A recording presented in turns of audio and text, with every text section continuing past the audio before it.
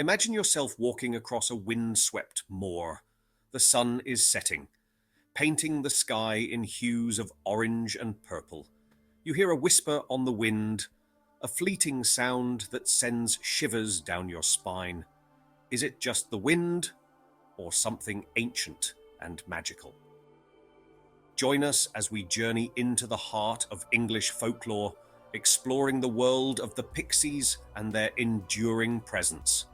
In the folklore of Devon, Somerset, and Cornwall, they are impish little creatures associated with the wild countryside. Though diminutive in size, their pranks and antics have loomed large in West Country mythology for centuries. The Pixies go by various local names: the wizened, meagre Pixies of Cornwall, the sturdy Pixies of Somerset, and the pale, slight Pixies of Devon. However, they share many traits across the region. Invariably depicted as dressed in green, these fairy kin are renowned for misleading travellers who stumble into their domains. With their turned-up noses, pointed ears, and squinting eyes, the red-headed Pixies seem tailor-made mischief makers. Their powers are both whimsical and formidable. Pixies delight in pixie-riding horses at night, riding them in dizzying circles to create the mysterious galatraps, or fairy rings in fields. Any unlucky soul who sets foot into one of these rings risks becoming entrapped, visible to the Pixies' world. According to law, even hardened criminals who breach a galatrap's bounds are doomed to the hangman's noose. Not all pixie encounters are dire, however.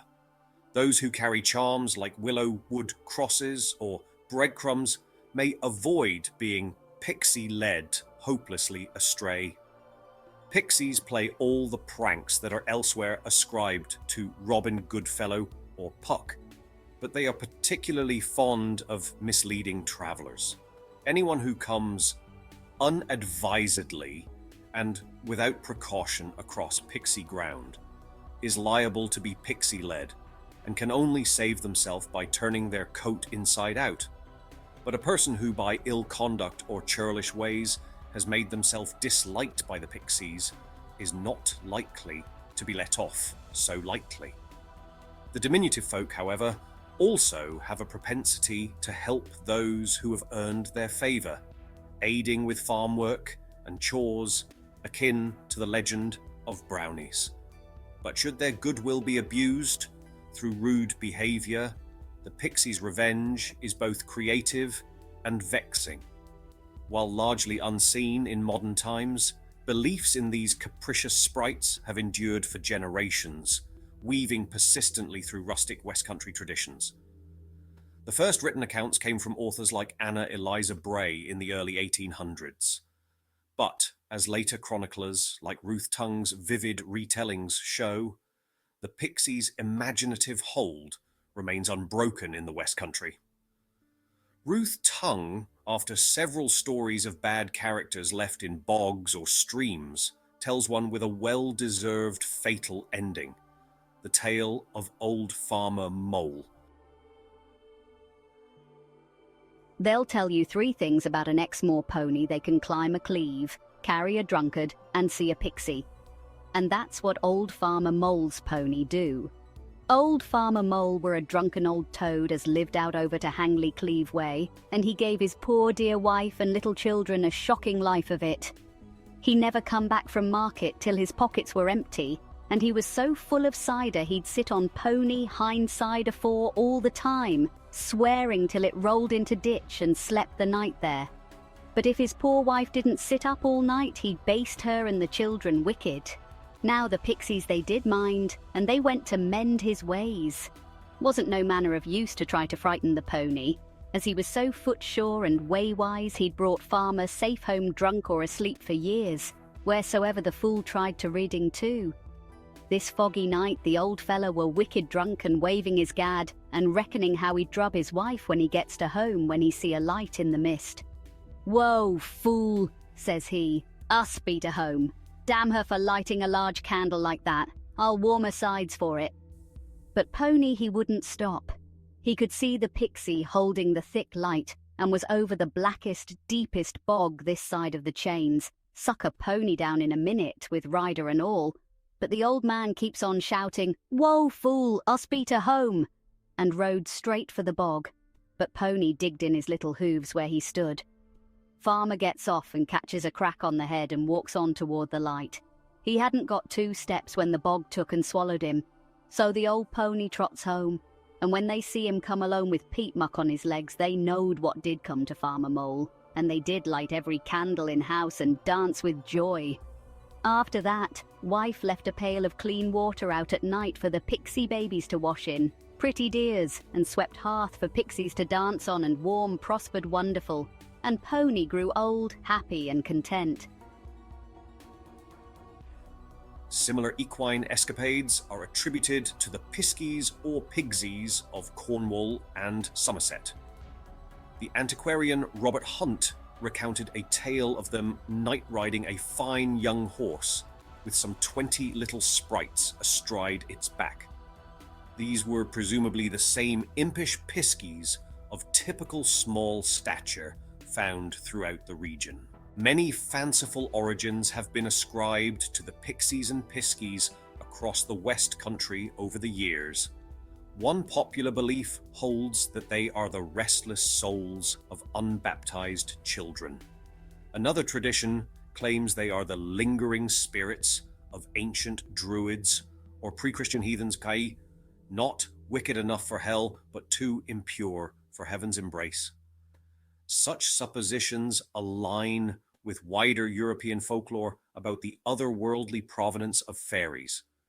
Indeed, while some distinctions can be drawn, the Pixies exhibit plentiful similarities with their fairy kin in habits and perceived nature. Among the most ubiquitous fairy traits was their provoking habit of leading unwary humans astray into bogs or thickets. The phenomenon went by names like Puck leading in the Midlands, or the stray sod of Irish legend, often laid at the feet of the meddlesome sprite Robin Goodfellow or Puck, immortalised by Shakespeare.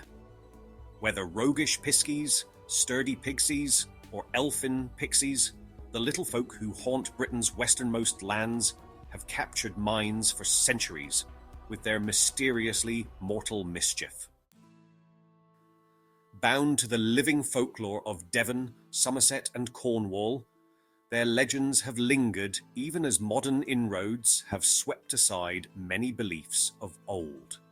As Michael Drayton says in his mock epic poem Nymphidia, 1627, "This Puck seems but a dreaming dolt, still walking like a ragged colt, and oft out of a bush doth bolt, of purpose to deceive us, and leading us makes us to stray, long winter's nights out of the way, and when we stick in mire and clay, Hob doth with laughter leave us."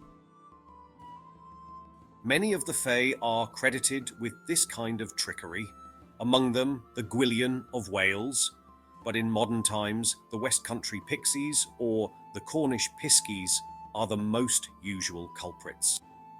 2 accounts collected by Ruth Tongue from the Nettlecombe Women's Institute in 1961 are given in Catherine Briggs' book, The Fairies in Tradition and Literature. One is in the regular country tradition.